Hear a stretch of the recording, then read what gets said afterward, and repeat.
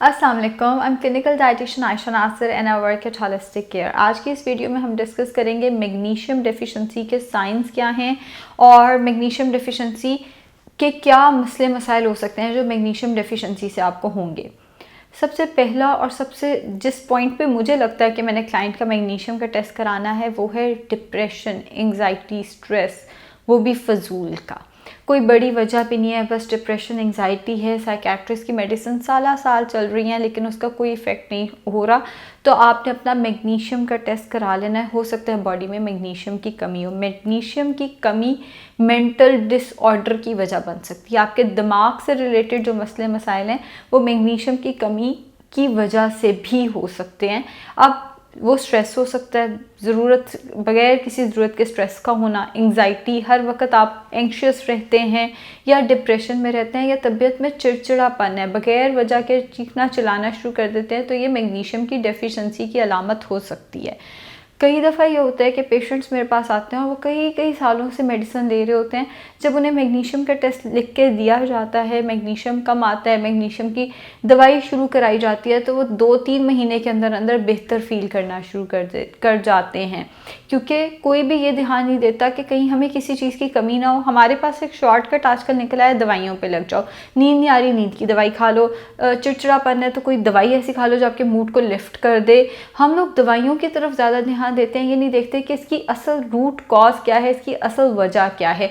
तो magnesium deficiency आपके mental disorders, जिसमें जितना कुछ मैंने बताया, डिप्रेशन, एंग्जाइटी, स्ट्रेस वगैरह, उसकी वजह बन सकती है। अगली हमारे पास जो अगला सिम्टम आता है वो है ट्रेमर्स।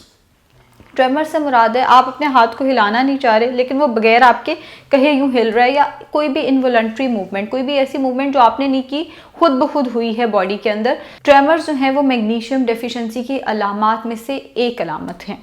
अब ट्रेमर्स की और बहुत सारी वजूहात हो सकती हैं। हो सकता है आपका कैफ़ीन का इंटेक ज़्यादा हो। जिन लोगों को स्ट्रेस का मसला है, जिन लोगों को डिप्रेशन का मसला है, उन्हें भी अक्सर ट्रेमर्स रहते हैं। तो ट्रेमर्स जिन वजूहात की वजह से होते हैं उनमें से एक वजह है मैग्नीशियम डेफिशिएंसी। सो अगर आप ट्रेमर्स फील कर रहे हैं या आपको ट्विचेस हैं या कोई इस तरह का मसला है, तो आपको चाहिए कि आप अपना मैग्नीशियम का टेस्ट एक दफ़ा करा लें।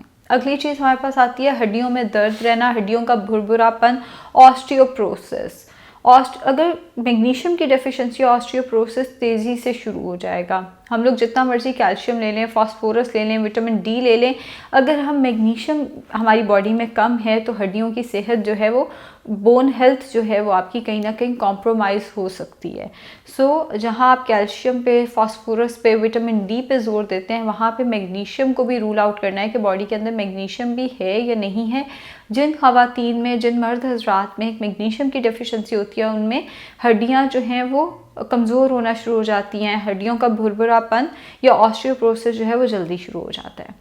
अगला हमारे पास सिम्टम आता है थकावट का रहना। अब थकावट रहने की भी बहुत सारी वजूहात हो सकती हैं, जैसे आप टाइम पे सोते नहीं, आप टाइम पे उठते नहीं, आपका स्लीप साइकिल डिस्टर्ब है, पीसीओएस का मसला है या आयरन की कमी है, ये सारा कुछ भी थकावट की वजह बनता है। लेकिन अगर मैग्नीशियम की कमी है तो भी थकावट हो सकती है। अगर आप इसको चेक करें, ट्रेमर्स भी हैं, स्ट्रेस एंग्जाइटी भी है, हड्डियों में भी दर्द रहता है, ऑल्दो आप विटामिन डी और कैल्शियम ले रहे हैं और साथ साथ आपको थकावट रहती है, तो ये मैग्नीशियम की डेफिशिएंसी हो सकती है।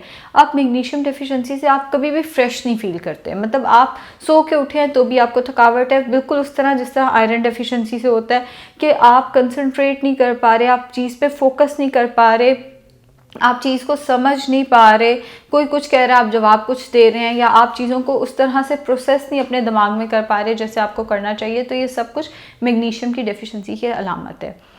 जिन लोगों को दमे का मसला है, एज़मा का मसला है, उन्हें भी अपना मैग्नीशियम टेस्ट बाकायदगी से मुराद है साल में 2 दफ़ा 6-6 महीने के वक्फे से ज़रूर कराना चाहिए। एज़मा के पेशेंट्स में मैग्नीशियम डेफिशिएंसी ज़्यादा देखी गई है। और इसी तरह जिन लोगों को सांस चढ़ता है, सीढ़ियाँ चढ़ते हुए सांस चढ़ता है, या कोई ऐसी एक्टिविटी जिसपे दूसरे बंदे को सांस नहीं चढ़ रहा, जैसे थोड़ा सा वॉक करके वॉशरूम तक गए हैं तो कुछ लोगों को उसी से सांस चढ़ना शुरू हो जाता है। एक तो इसकी बड़ी वजह आती है मोटापा और दूसरी आती है मैग्नीशियम की डेफिशिएंसी। मैग्नीशियम की डेफिशिएंसी से भी शॉर्टनेस ऑफ ब्रेथ, थकावट का रहना, ये सारे मसले जो हैं वो रिपोर्ट किए गए हैं।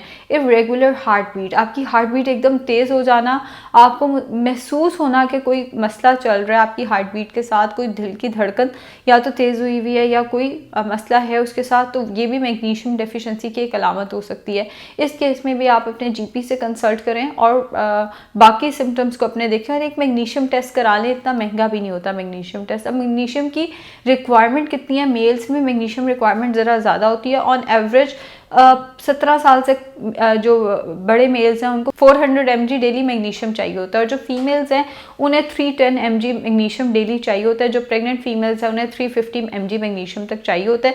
जो बच्चे को दूध पिलाती हैं उन्हें भी तकरीबन 310 mg मैग्नीशियम डेली चाहिए होता है। अब मैग्नीशियम के सोर्सेज क्या हैं? जितने हमारे पास नट्स हैं, almonds, peanuts, cashew nuts, Hazel nuts, ये सारे के सारे मैग्नीशियम का बहुत अच्छा सोर्स हैं।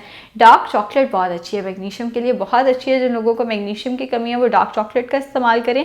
और वैसे भी डार्क चॉकलेट स्ट्रेस, एंग्जाइटी में, डिप्रेशन में वैसे बहुत अच्छी होती है। तो जिसको मेंटल डिसऑर्डर है उसको भी डार्क चॉकलेट का इस्तेमाल करना चाहिए। जिसको स्ट्रेस एंग्जाइटी है उसको भी डार्क चॉकलेट का इस्तेमाल करना चाहिए। और मैग्नीशियम के लिए वैसे भी 1 से 2 क्यूब डार्क चॉकलेट के लेने चाहिए, सेहत के लिए अच्छी होती है। फिर आता है अगला सोर्स पम्पकिन सीड्स।